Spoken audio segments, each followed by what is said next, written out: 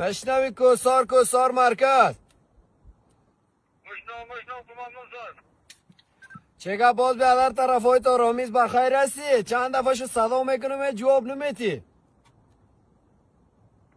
خبر پاس کمانون سر شدم تا ساعت سری خیر خودت هم بذارده باشه مشنو کمانون سر. بخیر سلامت باشی بیادر گفتم باز یک صدا کنم سرتون چگه باز موقعیت هایتون. با ساعت سری خیر و خیرت هم بذارده باشه مشنو کمانون سر نامده خوب کجاست. بخیر سلامت باشی بیادر دیگه موقعیت ما نودم تیغه الله اکبر رسیدم همیشه یک دم گرفتیم دیگه مجاهدین هم سلام میرسانن برات بیادر.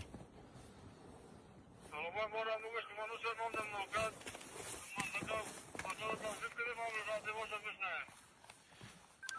خداوند یارت بیادر بخیر سلامت باشی دیگه دونمو عرصه متوجه باش تا آمدن ما دیگه توکل کل ما و شما بر ربالعزت.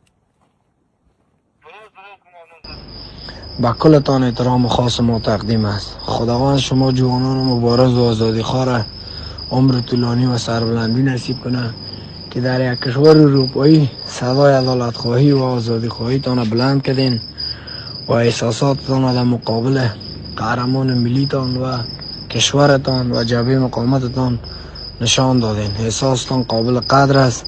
خداوند عمر طولانی نصیبتان کنه. و از طریق امی واتساپ براتون پیام ما خواستم گفتم پیام بانم که از دلتان از طرف جبهه مقاومت جمع باشه. تمام مجاهدین هایتون فعالیت خود دارن. مجاهدین ها آماده هستن. جنگ جریان داره. آن شما از طرف دیگه کلام های پنشیر هم شنیده که جنگ ختم نشده. جنگ آغاز شد. تمام قرارگاه شکر فعالیت های خدا ندارن. دشمن خواب راحت نداره از پیش مجاهدین های ما شما از دستشان. دیگه متاسفانه براتون بگیم که ارتباطات تلفنی و اینترنتی ما کاملا قطع است. شما از فعالیت های مجاهدین هایتان خبر نیستین. ما فعلا ما خودمون در نقطه بالا هستیم. دیگه بسیار ضعیف اینترنت کار میده. دیگه توکل کل ما و شما بر ربالعزت. انشاءالله که پیروزی ها و نصیب مجاهدین ماست.